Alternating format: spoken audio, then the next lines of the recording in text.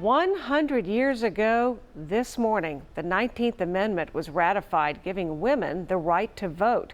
With the upcoming November election, it makes it a kind of a special time for women to cast a ballot. WCPO 9 News reporter Lisa Smith joins us live with more on this significant milestone. Lisa.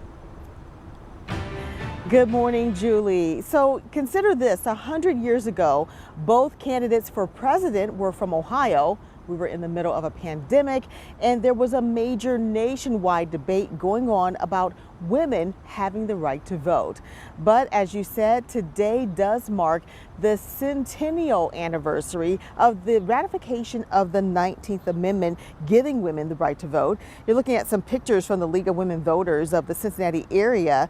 They shared these with us. These are from the earlier years. A number of prominent Cincinnati women were part of the fight to vote back then.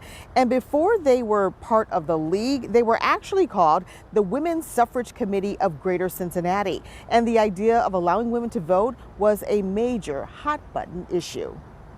That was something that we had to contend with here. We had a big, a lot of anti-suffragists that were upper class women who tended to argue for that women didn't need the vote because of states' rights or because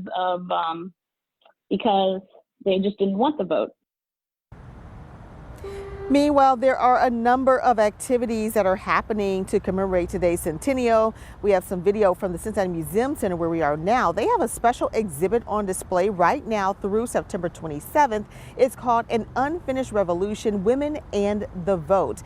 The exhibit includes actual voter rolls in Hamilton County from 100 years ago. And so today also, or this year rather, also marks 100 years of the League of Women Voters of the Cincinnati area, because they were basically birthed out of the women's suffrage movement. And so one of the things that they have been doing for all these 100 years is publishing a voter guide. They were doing it then, they still do it now. Actually, now they do it online. And then another thing that they're planning to do to commemorate this 100 years of their existence is they're going to have a virtual early voting event in October 20th, and that is also going to mark 100 years of women voting for the first time in a general election. Reporting live at the Cincinnati Museum Center, Lisa Smith, WCPO 9 News. A lot of